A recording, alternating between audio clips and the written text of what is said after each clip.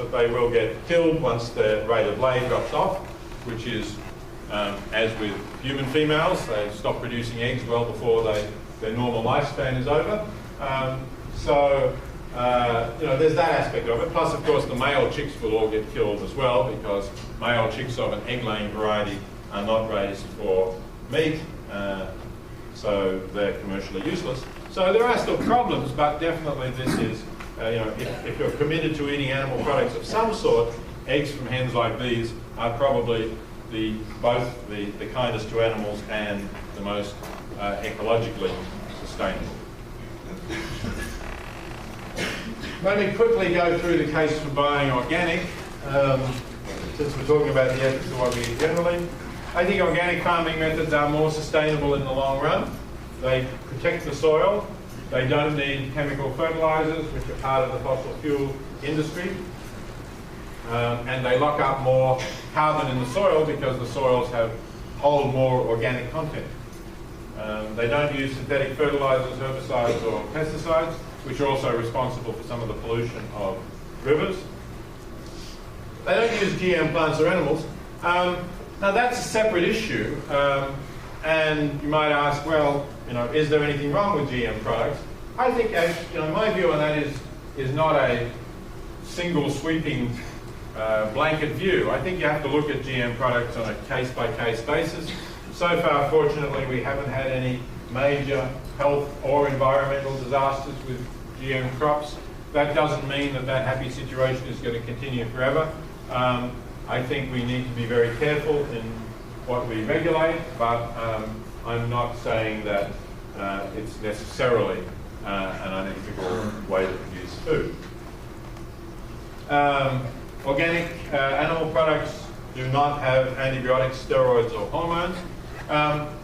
The problem with antibiotics is quite well known now, that because non-organic animals raised in this country aren't typically fed antibiotics, a lot of the bacteria that we have develop resistance to those antibiotics. So it's interesting that all the major medical bodies, the American Medical Association and others, have called for an end to the routine feeding of low doses of antibiotics in animal agriculture.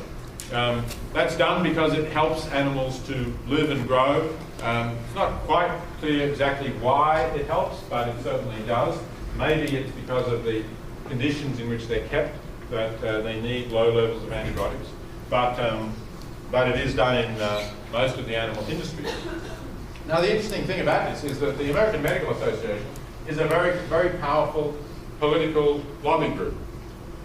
And yet, when it came to trying to get a ban on routine feeding of antibiotics in animal industries, the American Medical Association found that it was facing an even more powerful opponent, and that's agribusiness. And basically, agribusiness won that battle. So that's pretty ominous, I think. It shows even where human health is at stake, and the AMA is clearly on side, it's very hard to beat the political plight of the agribusiness industry. Okay, so let me say just a brief word about locally produced food. A lot of people think it's important to buy locally. That's been something that's become a vogue in the last 5 years. And it does do some good things. It strengthens local economies, protects endangered family farms because you buy directly from the farmers, so it protects small farms, which is good. Generally, they're better stewards of the environment because they are looking after the farm themselves. They're not just concerned about a corporate bottom line. And you can get to know your supplier and you can find out more about how they farm, and that's always good. But it may not always be better for the environment, and it may not always be better to strengthen the local economy. Why might it not always be better for the environment? Well, suppose that you want to have tomatoes in June, say, somewhere around here or anywhere in the northeast. Yes, you can maybe get them local from a local farm, but if so, they will have been grown in a greenhouse with heat, because otherwise they wouldn't ripen that early. So if you add the amount of oil in to heat the greenhouse, if you add all that up, and you compare it with the amount of oil that is used to truck the same quantity of tomatoes up from Florida, where it was warm and they don't need to heat them to grow them, it comes out pretty much the same. You're not, so the idea that, well, I'm saving food miles and I'm helping the economy is really only true if you buy locally and seasonally. And unfortunately, a lot of people are not prepared to wait for the fruits and vegetables to come in seasonally. So that's what would be required to really make this a local, better, more sustainable. The other problem, of course, with buying locally is that if you're going to travel 10 miles out to a local farm in your SUV to buy 3 pounds of tomatoes, when all the other shopping you do is down at the supermarket in one place, you've not got any advantage there either. It's more efficient for the supermarket to truck it all in one big truck than to travel around. So local is not really always better. Is it better to strengthen the local economy? Well, that will depend on what the options are. I think we also need to strengthen the economies of countries elsewhere in the world, particularly developing countries where people are much less well off than we are.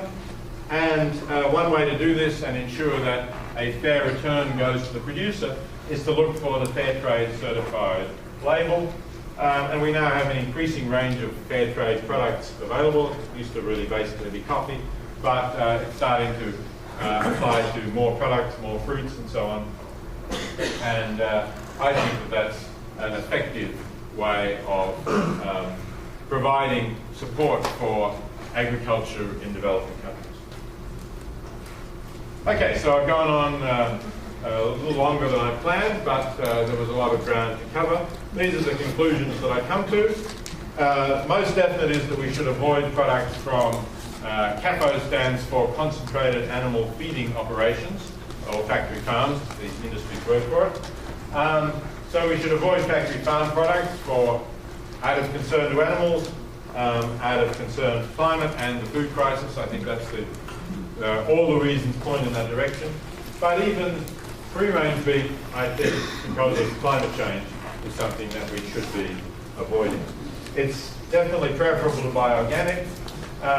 It is preferable to be vegetarian or vegan, though I put in this, the conscientious omnivore is someone who will only buy animal products from, for example, the chickens that I showed you before. I can understand people who don't want to go completely vegan, want to have some animal products. And if you're genuinely conscientious in what you're finding and where you're getting it from, I think you have made a huge step in the right direction. We can't all go every step of the way. I think not everybody is ready to do that. So it's important not to be negative about people who are, and I say this although I know it's a vegetarian organisation that has organised this, but I think it's important not to be too negative about people who make the major step away from factory farming, even if they're not ready to go for the diet that is both the one that obviously has the least negative impact on animals and is the most environmentally sustainable. Fair trade, yes. Local, maybe, depending on the circumstances of what you're buying. Thanks very much. I'm very happy.